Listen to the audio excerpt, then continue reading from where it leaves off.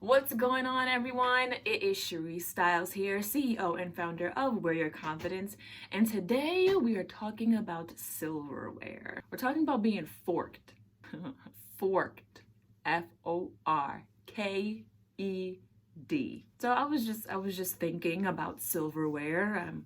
I'm always hungry. If you don't know anything about me, I'm always hungry.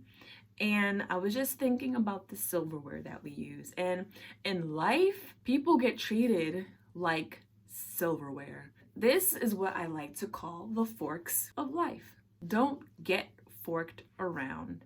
Before we get into the forks, we've all heard the expression or the term being stabbed in the back.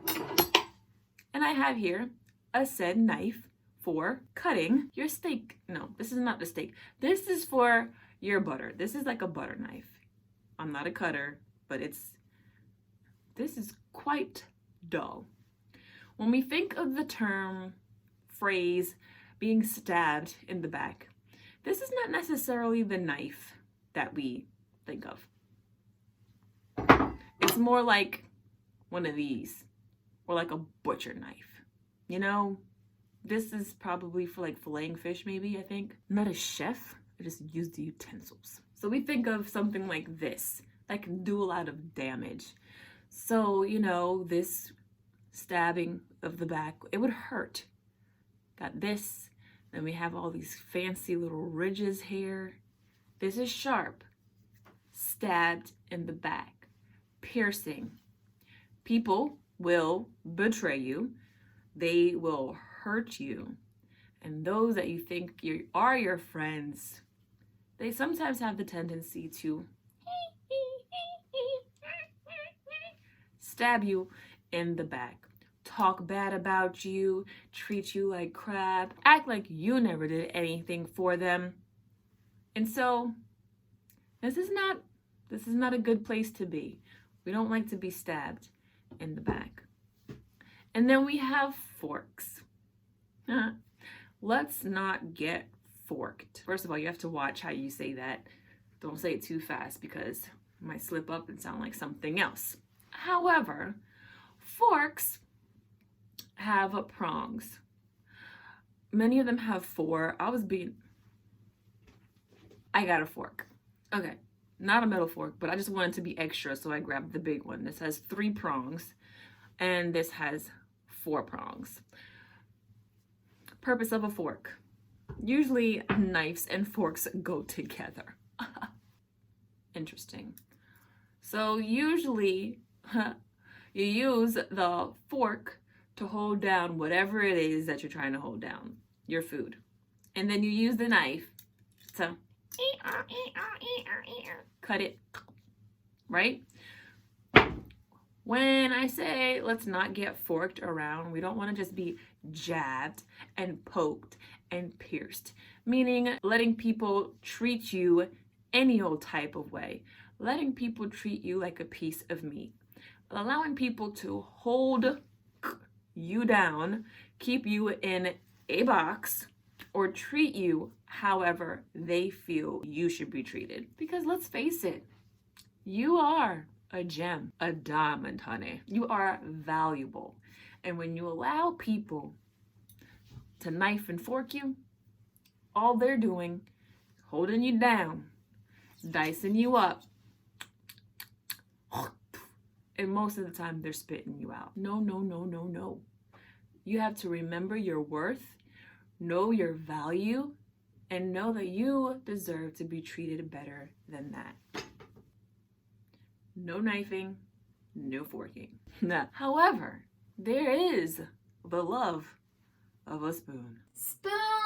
I love spoons. One, because they are my favorite dish to wash. Knives are dangerous and you can cut yourself while cleaning a knife. And forks, let's just go back to forks really quick. These people are very deceptive. They're full of deception. Nice and shiny. Oh yeah, they look sharp. Oh yeah, they know exactly what they're talking about. But then if you look closely, there's always some type of crud or residue. I loathe washing forks because you have to get in there and you have to scrub, and you have to make sure that everything is clean and precise, and sometimes there's like residue of crud and food and dirt.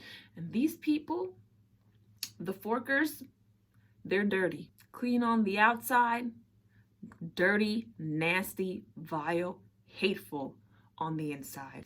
Let's get back to our spoons. I love spoons. You've heard of the term spooning. You gotta beware of the spooning because it can lead to other things. However, in this situation, spoons are your friend. You want to love like a spoon. What do spoons do? They cup, they scoop, they coddle, they make things just nice. I love eating out of a spoon. I will eat any and everything with a spoon. Judge yourself. People who are like spoons are super hard to find. For one, they're just so nice. They pick you up when you're down. You know, they make life a little bit easier, help you get your edges right. In real life, like scoop, spoon you up, spoon up your edges, help you out when life is rough. You need spoons in your life. They're the ones that'll love you. I like to think of the Lord as a spoon. This is not blasphemous, but just hear me out. The Lord scoops you up when you're down, coddles you when you're hot, unlovable, bring you in closer and, you know, calm you down, breathe a breath of life on you. When you're in the spoon, the safety and love of a spoon. It's just awesome. So let's make sure that as we move forward throughout the rest of the year, that we are being spoons. We are being loving, supporting, scooping up people when they're down, blowing them off when they're a little hot and untouchable. When I say blowing them off, I don't mean like, get out of here, you suck. I mean, oh, it's okay, little baby, booty, booty, boo. I still love you. Like that. Let's ditch the forks in our lives. And you know what? We can even ditch forks, period, because I don't like them. Knives, you already know. However, they all can be helpful when eating food. But when we're talking about the people in your life, be careful of the backstabbers. That is all that I have for you today, ladies and gentlemen. Be sure to be a spoon, be a lover, not a forker, and don't stab people in the back. And as always, don't forget your confidence. Be sure to subscribe to the channel, like the page, and share this video with everyone that you know, especially those forkers.